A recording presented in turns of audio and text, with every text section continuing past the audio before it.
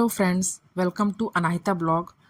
तो आज मैं आपको 12 ज्योतिर्लिंगों के दर्शन करवाऊंगी इस सावन के इस पवित्र महीने में।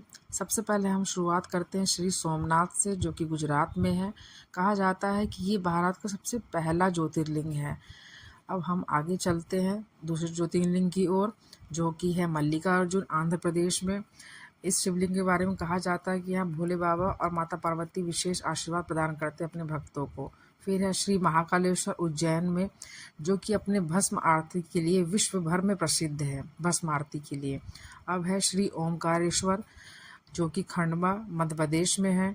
ये ज्योतिर्लिंग जो है अपने ओमकार आकृति के लिए प्रसिद्ध है। नर्मदा तट के बीच में स्थित है, इसलिए इसका नाम ओमकारेश्वर है। अब हम चलते हैं अगले ज्योतिर्लिंग की ओर, जो कि है श्री वैद्यनाथ, जो कि झारखंड में स्थित है।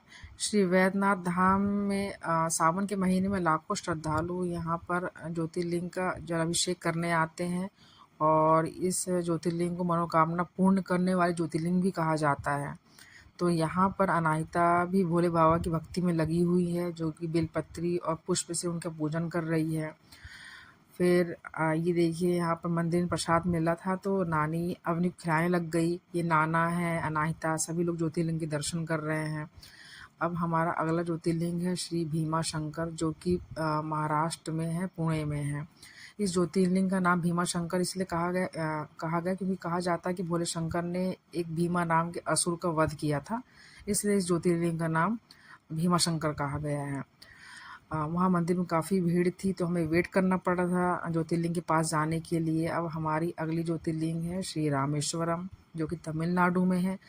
इस ज्योतिर्लिंग का नाम रामेश्वरम पड़ा श्री राम जी के नाम पे, क्योंकि उन्होंने इस ज्योतिर्लिंग की स्थापना की थी।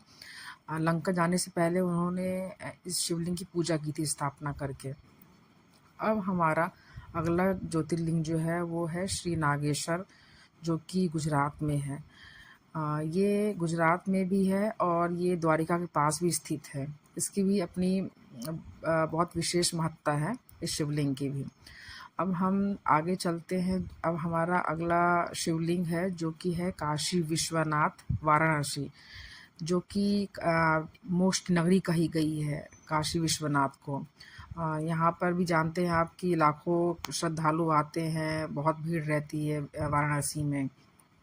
अब हमारी अगली ज्योतिर्लिंग है जो है वो श्री त्र्यंबकेश्वर है, जो कि महाराष्ट्र में है।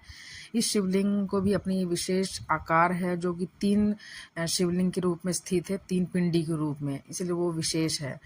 अब है हमारा श्री केदारनाथ, जो कि उत्तराखंड में है।